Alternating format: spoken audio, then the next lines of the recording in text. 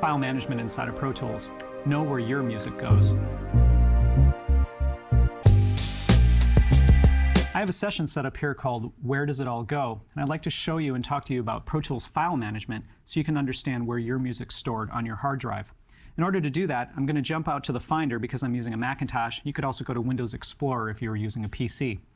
On my drive, I've got a folder here called Where Does It All Go? It's named the same as my session. As a matter of fact, my session document is inside of this folder, also called Where Does It All Go? This small file on your hard drive contains all of the information for your session, your audio edits, any MIDI tracks that you recorded, your plugins, and any automation. It's a very small file on your hard drive, but it contains a lot of info. Now in this folder, there's also an audio files folder, and any audio you record inside of Pro Tools is put in this folder. You can see a number of files there. There's also a fades file folder, and any calculated fades that you make in your project are stored in this folder. There's a session files backup directory. You can set a preference in Pro Tools to save your project up to every minute at a time for an auto backup. There's a plugin settings folder in this particular project. That's because I've set a preference in Pro Tools to save my plugin settings to this same folder. And then finally, here's just a cache file, and it's storing graphic waveform information in Pro Tools. This file disappears and reappears as you work through projects. Now, you don't have to go to the Finder or Windows Explorer to see how your project's being stored.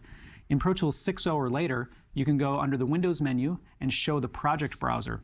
And this is a graphic depiction sort of like the Finder or Windows Explorer, but it gives you a lot more information. If we go into the audio files folder for this project, for example, you can see your files and actually audition them.